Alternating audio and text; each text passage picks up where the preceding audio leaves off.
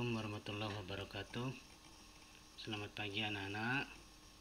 Pada kesempatan hari ini kita berjumpa lagi pada pembelajaran pendidikan agama Islam. Untuk hari ini kita telah beranjak pada tema 7 yang berjudul Mari Mengenal Rasul-Rasul Allah. Anak-anak sekalian yang Bapak hormati, Allah mengutus para manusia pilihan untuk menyampaikan risalahnya. Manusia pilihan ini bertugas membimbing umat manusia agar hidup sesuai dengan ketentuan Allah Subhanahu wa Ta'ala. Nah, manusia pilihan itu adalah Nabi dan Rasul. Kemudian kita tinjau kembali apa perbedaan Nabi dan Rasul.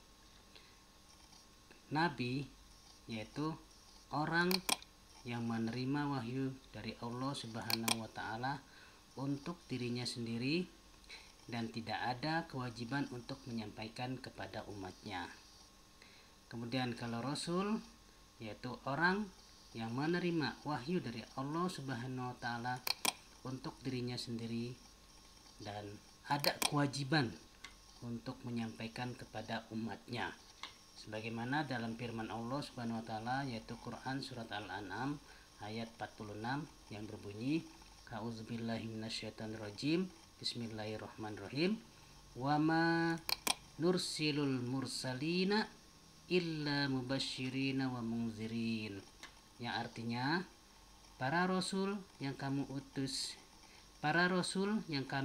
itu adalah untuk memberi kabar gembira dan memberi peringatan. Kemudian selanjutnya perbedaan Nabi dan Rasul.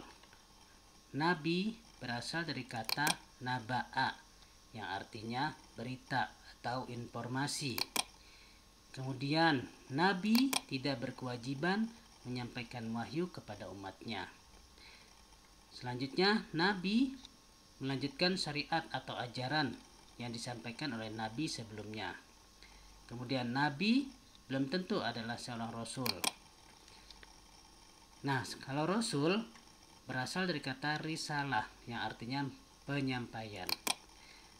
Kemudian Rasul juga adalah memiliki kewajiban atau wajib menyampaikan ajaran Allah atau wahyu Allah kepada umatnya. Kemudian kalau Rasul pastilah Nabi. Jadi kebalikan, kalau Nabi belum tentu Rasul, tapi kalau Rasul pastilah Nabi. Kemudian jumlah Nabi dan Rasul. Oke anak-anak, apakah kalian tahu berapakah jumlah Nabi dan Rasul itu? Nah, jumlah Nabi dan Rasul yang wajib kita ketahui yaitu ada 25.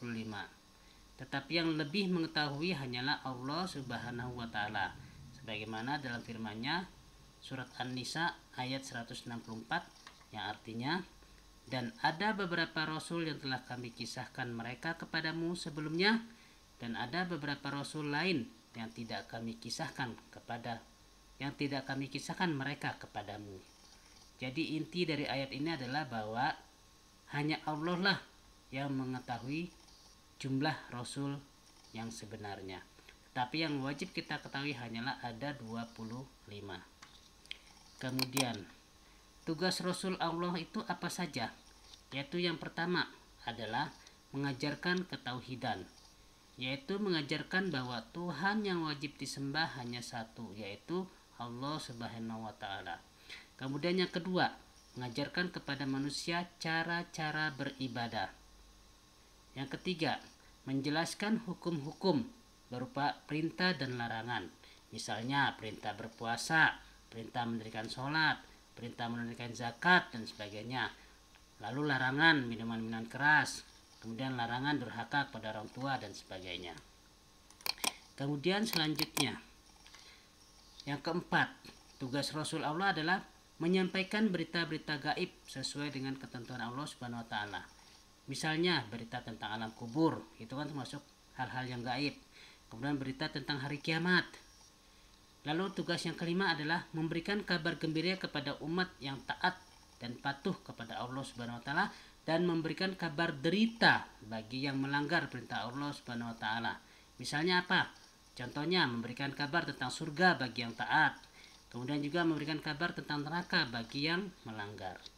Kemudian tugas yang keenam adalah memberikan contoh dan perilaku yang baik dalam kehidupan sehari-hari. Jelaslah ya, Rasul Allah pasti memberikan tuntunan perilaku yang baik bagi kita dalam kehidupan sehari-hari. Selanjutnya, sifat Rasul Allah ya. Rasul sebagai utusan Allah memiliki sifat yang melekat pada dirinya. Nah, sifat ini sebagai bentuk kebenaran dari seorang Rasul. Nah, sifat Rasul ini ada dua, yaitu pertama sifat wajib dan yang kedua adalah sifat mustahil. Nah, sekarang sifat wajib itu apa yang dimaksud dengan sifat wajib? Yaitu sifat yang wajib ada pada diri Rasul. Kemudian sifat mustahil yaitu sifat yang tidak mungkin dimiliki oleh Rasulullah, oleh Rasul Allah ya. Itu sifat mustahil. Oke anak-anak, mungkin sampai sekian materi yang sudah Bapak sampaikan ini. Nanti akan Bapak lanjutkan kembali materi selanjutnya, yaitu tentang sifat wajib dan sifat mustahil pada pertemuan berikutnya.